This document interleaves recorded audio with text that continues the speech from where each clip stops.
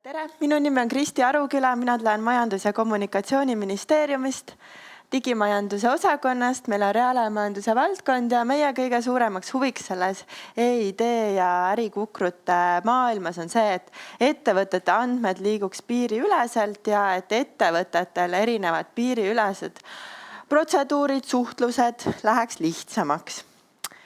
Ja kui mõtlemegi, et kuidas üks äridigikukkur saaks lihtsustada ettevõtlust, siis me oleme näinud, et see saab efektiivsemaks teha erinevaid äriprotsesse, kui digitaliseerida ja kui automatiseerida.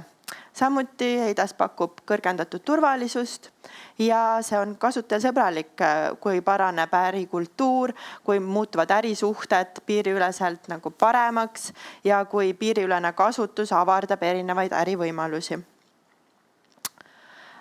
Äridigikukkur ettevõtja kontekstis. Me oleme nendest rollidest siin täna erinevate nurkade alt rääkinud ja ka ettevõtjatel on tarvis, et nad näeksid, mis andmeid, kellega nad on jaganud, et nad saaksid tuvastada näiteks enda ettevõtet ja endaga seotud isikuid online ja offline, et teenused oleksid kättesaadavad, et nad saaksid erinevaid volitusi, sertifikaate, tõendeid kontrollida, dokumente allkirjastada, et need on nagu sellised funktsionaalsused, mis meil on siit nagu mitmel erineval moel nagu läbi käinud, aga võib-olla just nagu füüsilise isiku kontekstis, aga tegelikult samad küsimused on ka ettevõtjatel. Meie Majandus- ja Kommunikatsiooniministeeriumis oleme praegu osalemas sellises üle-euroopalises projektis nagu WeBuild. Ja see on üks suurest üle-euroopalisest pilootprojektist. Margit rääkis Aptitude'ist, mille fookuses on rohkem eraisikutele suunatud erinevad teenused, meil on siis ettevõtjad. Ja see projekt nagu võib-olla keskendub eelkõige äriliste kasutusjuhtude kirjeldamisele ja piloteerimisele. Et sealt nüüd ei sünni veel nagu walletit kui sellist või mingisugust lahendust, vaid sünnivad piloodid, testimised, kas midagi töötas, mis ei töötanud, miks ei töötanud ja nii edasi. Kui rääkidagi natuke lähemalt pilootidest, mis me teeme, et piloot on meil nagu 3 erinevas nagu suuremas liinis. Ehk siis kui ärisuunda vaadata, siis ongi know your customer, ehk siis tunne oma klienti suund. Näiteks üks use case veel äriüksuse loomine välismaal, maksudeklaratsioonide koostamine, volituste andmine ja lugemine, õigused esindada ettevõtet ja ka siis koostöö STG-ga ja siis see Once Only Technical System ligipääsud näiteks erinevate sertifikaatide või haridust tõendavate dokumentide kontrolliks. Meie oleme rohkem seotud nüüd selle teise suunaga, see tarneahela suund. Ehk siis meie oleme kaasjuhid selles esimeses kasutusjuhus, logistikaahel, tuvastus, erinevad teenused, aga teiste kasutusjuhtudena on seal veel andmete jagamine erinevate andmeruumide vahel ja e-arveldamine. Ja ka pangad saavad olema puudutatud, et siin ka täna olen mitut panganduse esindajat näinud, et näiteks erinevad arveldused, maksed, pangakonto avamine välismaal. Ja tulemusteks siit siis nendest use case'idest saavadki kasutusjuhtude kirjeldused ja pilootide raportid. Ma natuke räägin lähemalt siis sellest meie kasutusjuhust ka, kuhu me nagu võib-olla rohkem kokku puutume. Et Eestist on meiega veel siin partnerid Digilogistika Keskus ja Prantsusmaalt ettevõte InGroup, kes on riigi ettevõte ja tegeleb ka digi-ID vahendite väljastamisega. Ja meie logistika kasutusjuht on jagunenud 3 erinevaks stsenaariumiks. Et esimene on, et kuidas logistikaettevõte saab siseneda uutele turgudele ja lepingut sõlmida. Et näiteks kui mingi näiteks transpordiettevõte soovib sõlmida lepingut sadamaga, et mis protsessid ta sealt siis läbib ja kuidas see leping siis sõlmitud saab. Teise stsenaariumi eesmärk on vähendada kõikvõimalikke pettusi, mis logistikaahelas võib ette juhtuda ja seal on siis identifitseerimine ja töötajate tuvastamine selles logistikaahelas, need kõige olulisemad märksõnad. Ja kolmandas stsenaariumis me toome tegelikult kokku hästi suure digilogistika-alase projekti. See lühend EFTI tähendab Electronic Freight Transport Information, mis siis teeb e-veose lehed digitaalseks. Ja me siis saamegi kokku tuua selle e-veose lehe informatsiooni ja siis walleti ja vaadata, et kuidas see siis nagu kontrolli protsessis siis nagu esitatakse kontrollivatele asutustele. Ja võib ka küsida, et miks seda walletit siis nagu ettevõtte jaoks vaja on, et Eestis tõesti me teame, et meil on nii palju erinevaid digilahendusi, meil on palju iseteeninduskeskkondi, meil on maksuametisse lihtne ligipääs, meil on äriregistrisse lihtne ligipääs. Aga piiriüleselt need asjad ikkagi nagu ei toimi päris nii nagu peaks ja tegelikult kui näiteks kaup seisab, siis ka ettevõtlus seisab ja see on kõik ju kaotatud aeg ja raha tegelikult ettevõtja jaoks. Ja need on siis põhilised õigemini mõned märksõnad, kus logistikaettevõte võiks walletist kasu saada. Et kui ta saab enda identiteeti lihtsamini näidata, kui ta saab allkirjastada, kui ta saab tuvastada, kellel üldse on õigus ettevõtte nimel midagi esitada, näha erinevate töötajate rolle, et see tegelikult on kõik nagu äriprotsesside igapäevane ja loogiline osa. Paar sõna ajakavast ka, kuidas me liigume. Et praegu me oleme nüüd siin esimeses etapis, see kõige ülemine, see stock taking ja see tähendab seda, et me kirjeldamegi neid use case nagu täpsemaks. Ja nüüd see kollane nool seal võimalus liituda uutel partneritel, võib-olla ajakavaliselt natuke sarnane, mis Margit selle Aptitude'i puhul rääkis.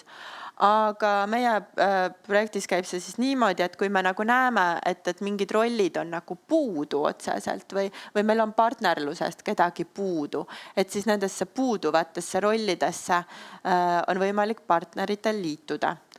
Ja näiteks Eesti poolt, miks mitte, võib-olla soovib äriregister siin nagu punti tulla kas või vaatlejana, et näha, et kuidas ja mis toimub.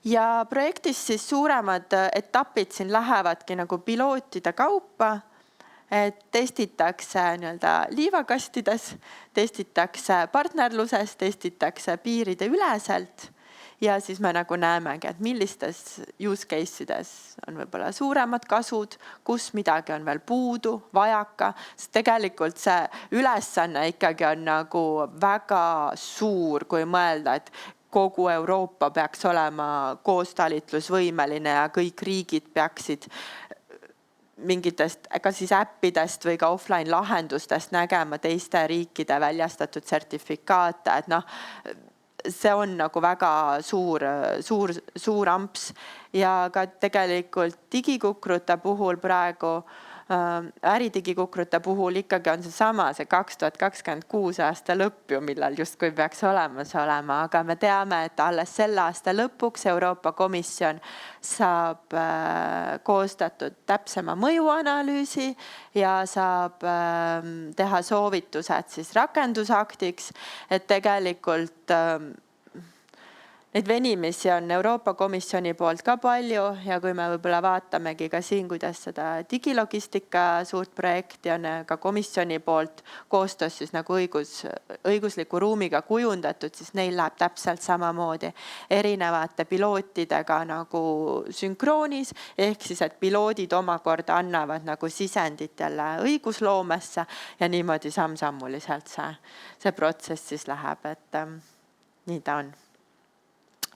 Aga aitäh minu poolt, lühidalt kõik. Väga hea, suur aplaus. Ja meil on siin tekkinud ka paar küsimust selle asja puhul. Jällegi on see, ma arvan, et rohkem on see küsimus selle suurema walleti loogikas, aga et võib-olla, kui te olete siin sellega kokku puutunud, et just nimelt ettevõtte walletis olev mingisugune asi, et kui ettevõtte see walletis on ühe isiku telefonis, siis kas ettevõtte telefonis, kelle taskus see sertifikaat siis lõpuks on, kui sul on nagu 10 inimest tööl, kas sul peab olema 10 inimesel eraldi telefonid, eraldi walletitega selle jaoks ja kuidas see nagu füüsilises maailmas võiks välja näha? Jaa, kindlasti need juhtimismudelid, need ongi väga keerulised ja ma arvan, et kõik need large scale pilotites, seal on ka nagu see governance osa on nagu täiesti nagu eraldi tööpakett, mis jookseb nende pilootide nagu kõrval.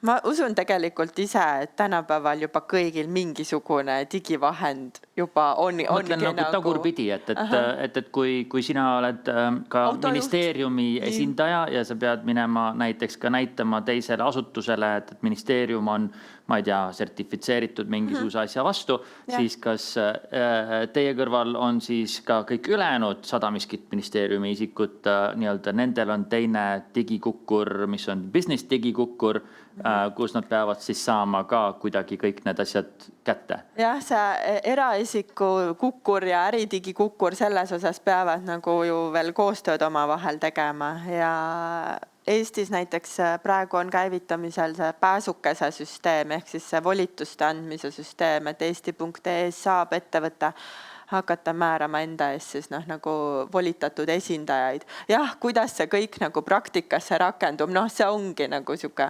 aastate pärast me nagu näeme ja proovime ja piloteerime, et täna ei ole veel neid vastuseid. Täna ongi, ma arvan, igale küsimusele on see magic on nagu vastus. See on alati kõige parem vastus. Nii. Ja siis küsimus ka see, et kas see ärikukkur, kas see peab olema ka ettevõtetele tasuta ja vabatahtlik samal ajal? Nõuete läbirääkimistest olen kuulnud, et seda võib pakkuda ka nagu erasektor nagu teenusena. Küll aga kui me nagu mõtleme, et kus need andmed sinna kukrusse siis nagu tulevad, siis see ju mõjutab nii palju nagu riigi nagu registreid, et siis erasektori asutus ju peab ka nagu koostööd tegema äriregistriga, töötajate registriga, et neid andmeid siis ju nagu kuidagi nagu kokku saada.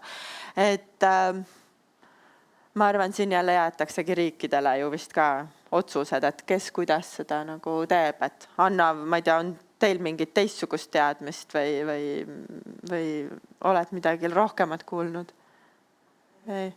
Ahah. Jah, just. No nii see kahjuks on, et ma just mõtlesin, et äkki selles large scale pilotis on sellest ka nagu arutatud, et kuidas ja kes seda ühel hetkel pakkuma hakkab, et kui nad peavad seda... Ootame ka neid nõudeid komisjoni poolt, et tegelikult praegu nagu ei ole nagu kokku lepitud. Selge. Aitäh praegu, suur aplaus veel kord.